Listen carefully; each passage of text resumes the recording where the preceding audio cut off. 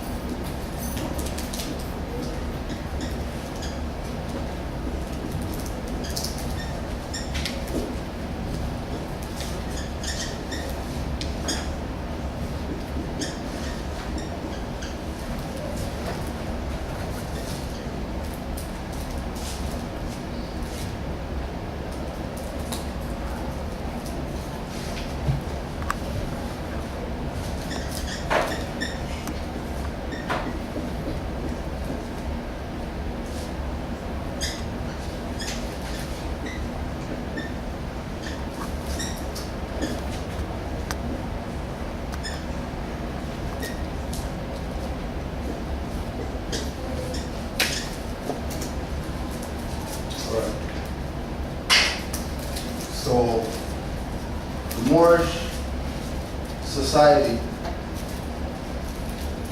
the jurisdiction of the Moors, it's specifically above Mexico and above what they call the United States, is the Moorish Holy Temple of Science, the Moorish Science Temple of America, Temple number 10, subordinate temple number 5. And Prophet Muhammad set up the movement to train us for government. So our local constitution that we go by as Moors in this jurisdiction under this temple / consulate / embassy / bureau of etc., whatever you want to call it, right? And it's also our bylaws. So there's the Constitution, and then there's the amendments. If we speak about the United States of America Constitution for the Republic, right? And that Constitution is the national Constitution that all the nations in this jurisdiction would follow.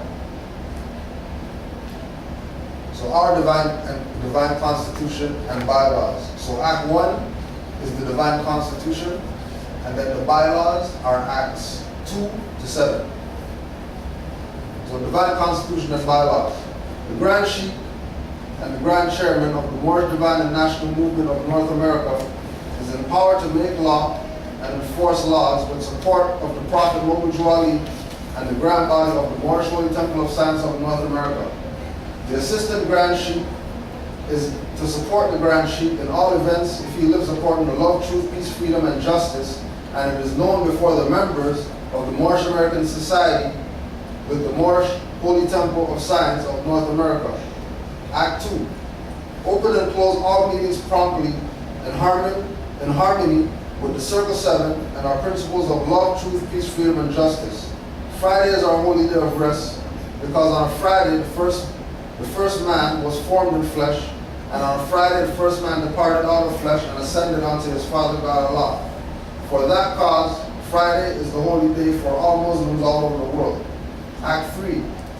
Love, truth, peace, freedom, and justice must be claimed and practiced by all members of the Moorish Holy Temple of Science of North America. No member is to put in danger or accuse falsely his brother or sister on any occasion at all that may harm his brother or sister, because Allah is love. Act 4.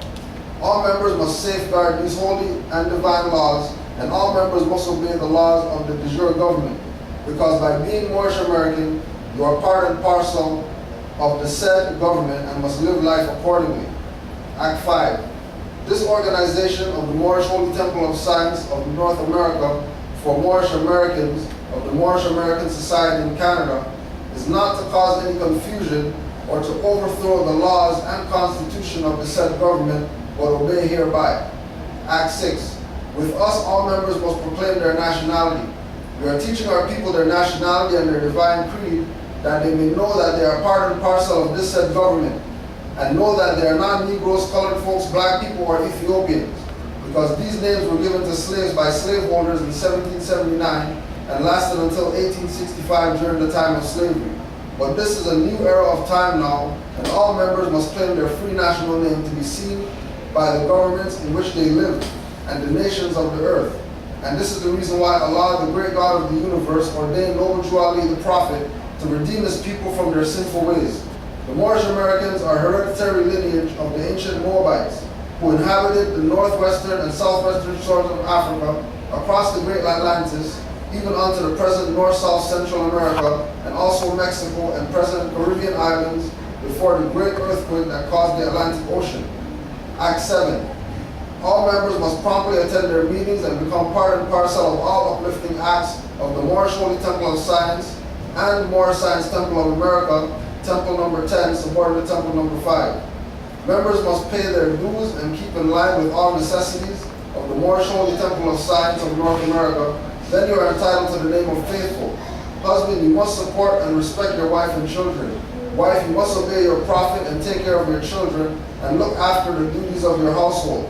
Sons and daughters must obey father and mother and be industrious and become part of the uplifting of fallen humanity. All Moorish Americans must keep their hearts and minds pure with love and their bodies clean with water. This divine covenant is from your holy prophet, Noble Jew Ali, through the guidance of his father God Allah. Noble Jew Ali, founding avatar and framer of the divine constitution and bylaws. Documents of Aboriginal and Indigenous natural peoples of Northwest Amexem / North America / North Gate, Moorish Divine National Movement. So that's like our local guidelines. So that's why like I live in Scarborough, right? And me coming from Scarborough here is because one of the Moors in this jurisdiction of Flemo Park decided that we need classes here, right? And basically that's what that's supposed to be the pattern.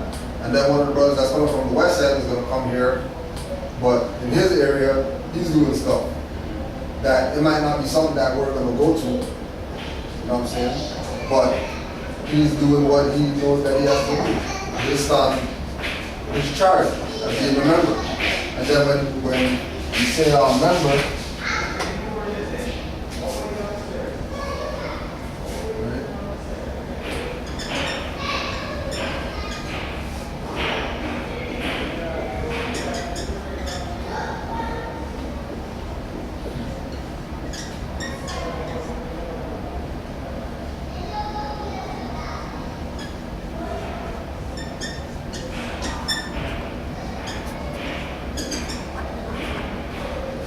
right?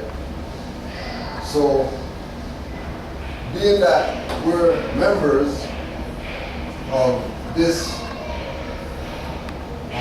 movement, we're attached to all of these synonyms of member, which all of these create different jurisdictions now. So being a member has its own jurisdiction, and then being a citizen has jurisdiction, but like these are connected, you know? And then being a national is like a bigger jurisdiction than these two, but they're still connected. And then it just goes on. Then this might be a little jurisdiction like this. But by us being members, citizens, nationals, whatever, we're talking about government. So this is government right here. Because it says in the divine constitution, only governments have those. You know, it's not like that's something that's not accessible to everybody.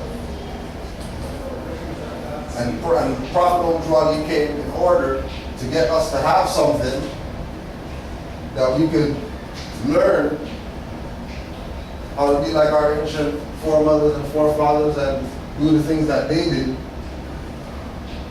in our own land. Because we have a right to that, like we were talking about last week. And it's not like somebody's given the right, but the right is there and it exists. But if you don't pick it up and do anything with it, you might as well. It's gonna lay dormant.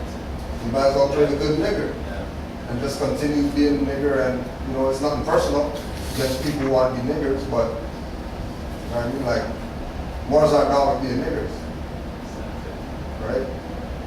And even even Marcus Garvey said that you can't be a beggar nation and expect to be recognized as somebody or something. Right? Unless you nationalize. Right. Yeah. Unless you're a national. Yeah.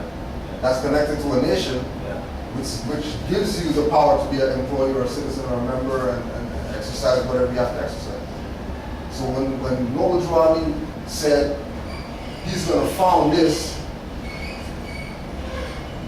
for Moors to have access to like a safe haven for themselves because of the Inquisitionist practices and the colonizing and the conquistadors and the pilgrims and everybody who came over here and is just basically sucking off the land because the rightful inheritors don't want to stand up.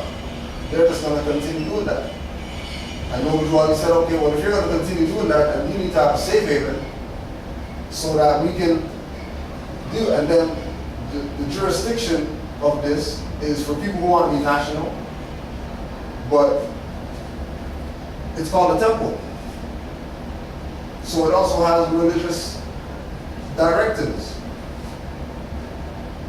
And then the religious directives is for the people who don't want to stand up for it, like, stand up for it. This is also for people who are stuck in religion.